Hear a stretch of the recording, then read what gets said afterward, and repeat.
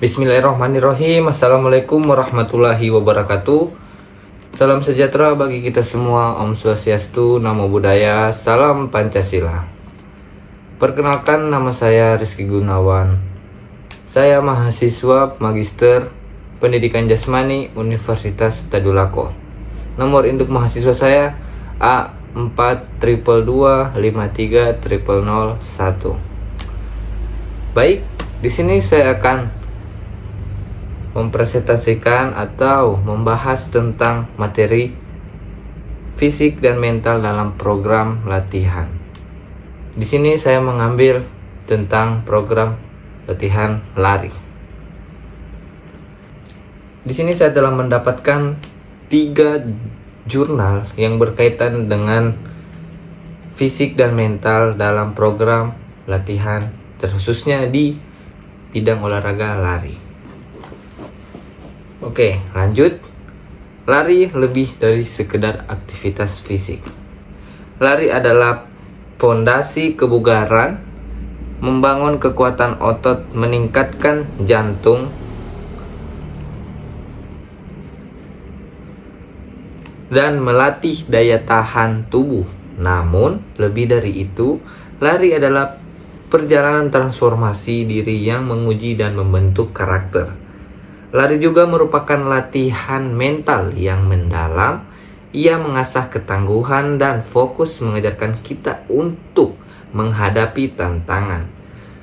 Keduanya saling melengkapi, memastikan performa lari yang optimal dan konsistensi dalam latihan.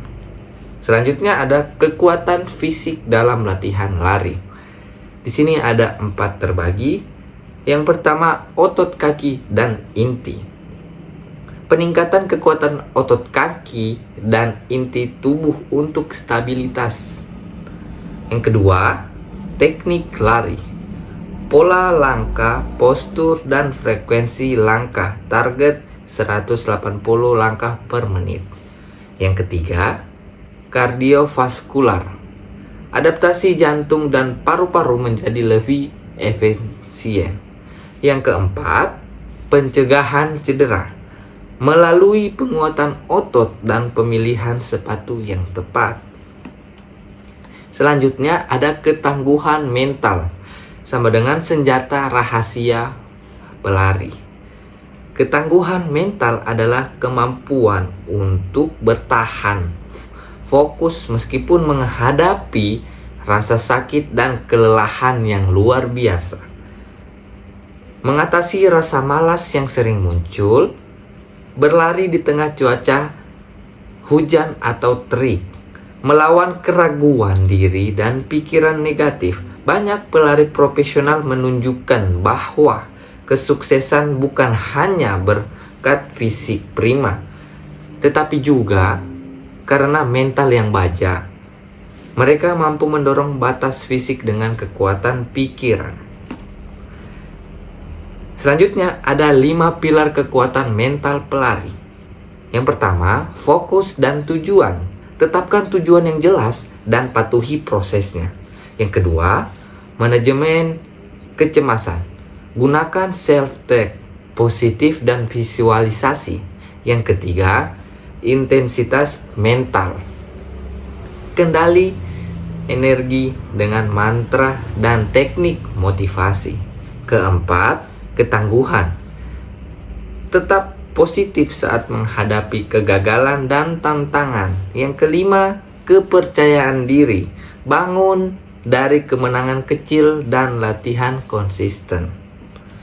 Selanjutnya adalah strategi praktis membangun mental dan fisik bersama.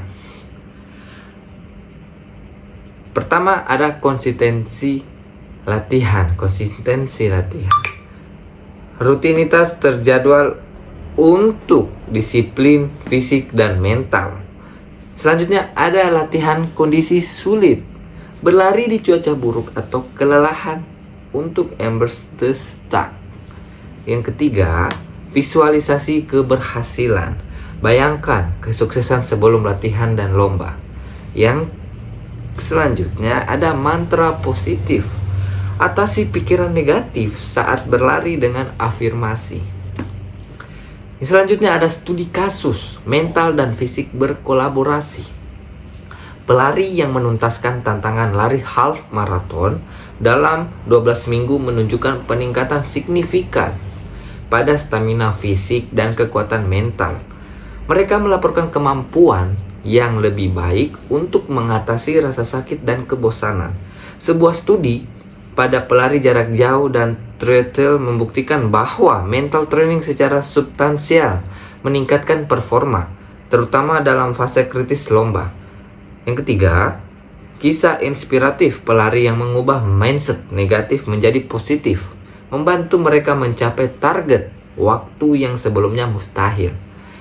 Ini menyoroti peran psikologis olahraga dalam pencapaian atlet, dalam terkhususnya atlet pelari. Selanjutnya ada mengatasi hambatan dan mental dan fisik. Kelelahan mental. Kelola kelelahan mental agar tidak menghambat performa fisik. Kedua, istirahat mental. Pentingnya relaksasi mental menjelang lomba besar. Yang ketiga adalah EFT, teknik adaptif untuk menghadapi situasi sulit saat lomba. Memahami dan menerapkan strategi ini akan membantu pelari melewati rintangan paling sulit dalam setiap sesi latihan dan perlombaan. Selanjutnya ada motivasi dan dukungan sosial. Ini terbagi ada tiga. Yang pertama, bergabung dengan komunitas lari untuk meningkatkan motivasi dan akuntabilitas. Jadi, untuk meningkatkan motivasi saat para pelari sudah mulai jenuh, atlet pelari sudah mulai jenuh, kita sebagai teman atau pelatih memberikan saran kepada mereka untuk bergabung di komunitas lari, karena dengan begitu mereka dapat mempunyai lingkungan yang baru dan juga mempunyai teman yang baru. Akan tetapi kita sebagai pelatih harus memantau atlet tersebut. Yang kedua, tetapkan tujuan kecil yang dapat dicapai untuk menjaga semangat dan motivasi terus membara di diri seorang atlet. Yang ketiga, rayakan setiap pencapaian sekecil apapun sebagai bahan bakar mental untuk tantangan berikutnya. Baik, kesimpulannya, sinergi fisik dan mental membawa pelari ke puncak. Di sini ada terbagi 4. Yang pertama, latihan terpadu. Gabungkan penguatan fisik dan mental untuk hasil optimal. Fisik tanpa mental adalah ragu tanpa jiwa. Mental tanpa fisik adalah jiwa tanpa raga. Kedua, mental toughness. Keterampilan yang dapat dilatih sama pentingnya dengan kekuatan otot. Ini adalah pondasi untuk mengatasi batasan yang terasa mustahil. Ketiga, strategi yang tepat. Dengan perencanaan dan eksekusi yang tepat, setiap pelari dapat mencapai performa terbaik dan meningkatkan setiap langkah prosesnya. Yang keempat atau terakhir, raih tujuan.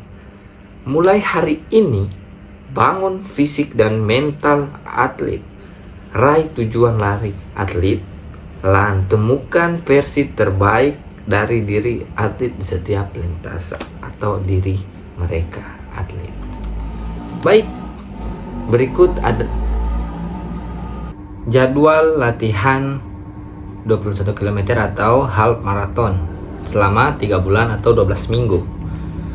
Baik, minggu pertama 1-4 di hari Senin, lari ringan atau biasa disebut easy run, jaraknya 5-7 km. Dan keterangannya di sini adalah pemulihan fokus di teknik lari. Di hari Selasa, interval training. Di sini ada 6 kali 400 meter dengan istirahat 1-2 menit. Keterangannya meningkatkan kecepatan dan VO2 max. Yang hari Rabu selanjutnya adalah istirahat dan latihan cross stretch training. latihan untuk kekuatan atau renang. Hari Kamis ada temporan, jaraknya 8 km dengan kecepatan sedang atau tinggi. Keterangannya meningkatkan ambang anaerobik. Hari Jumat selanjutnya lari ringan, jaraknya 5 km bertujuan untuk pemulihan. Hari Sabtu untuk long run. Di sini agak sedikit tinggi jaraknya karena namanya saja long run, 15-20 km, meningkatkan daya tahan. Dan Minggu istirahat untuk pemulihan penuh. Dan minggu selanjutnya ada minggu ke-5 sampai 8. Hari Senin lari ringan atau easy run 5-7 km. Kita ulangi lagi untuk fokus teknik dan pemulihan. Hari Selasa interval training. Di sini agak meningkat lagi sesinya, 8 kali 400 meter, istirahat 90 detik. Jadi kita kurangi lagi istirahatnya sebanyak 90 detik. Kecepatan dan kapasitas anaerobik. Hari Rabu istirahat atau cross stretch training, latihan kekuatan atau yoga. Kamis temporan. Temporan sini agak turun ya, agak naik 10-15 km. Keterangannya untuk ambang anaerobik.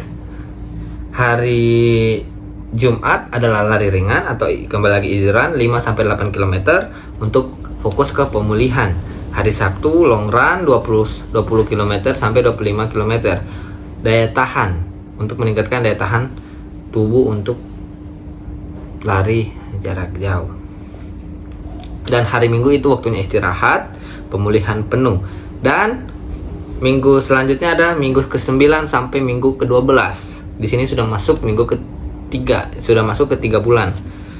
Hari Senin kita lari ringan, jaraknya 6 km, teknik dan pemulihan.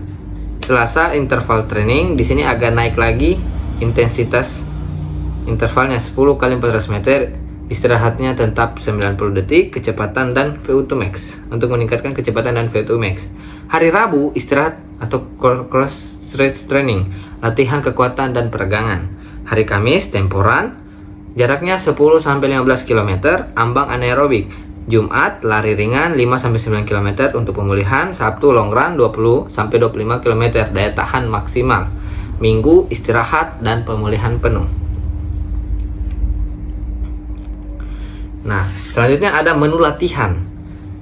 Di sini ada beberapa menu latihan. Yang pertama, lari ringan atau easy run, lari dengan intensitas rendah bertujuan untuk pemulihan dan memperbaiki teknik. Selanjutnya yang kedua, interval training, lari cepat dan dengan jarak pendek diikuti istirahat, meningkatkan kecepatan dan kapasitas anaerobik. Yang ketiga, temporan, lari dengan kecepatan yang lebih tinggi dari lari ringan, tapi masih bisa dipertahankan, meningkatkan ambang anaerobik.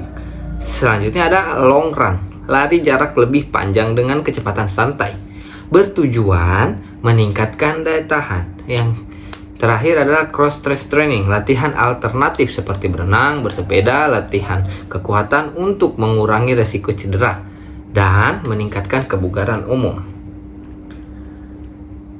Jadi untuk jadwal latihannya selama 3 bulan ini dan menu latihannya, di sini saya mendapatkan referensi dari Danis, Jack dan kawan-kawan tahun 2013 dan juga PT dan kawan-kawan 2012, American dan kawan-kawan 2017, dan Violet dan kawan-kawan tahun 2001.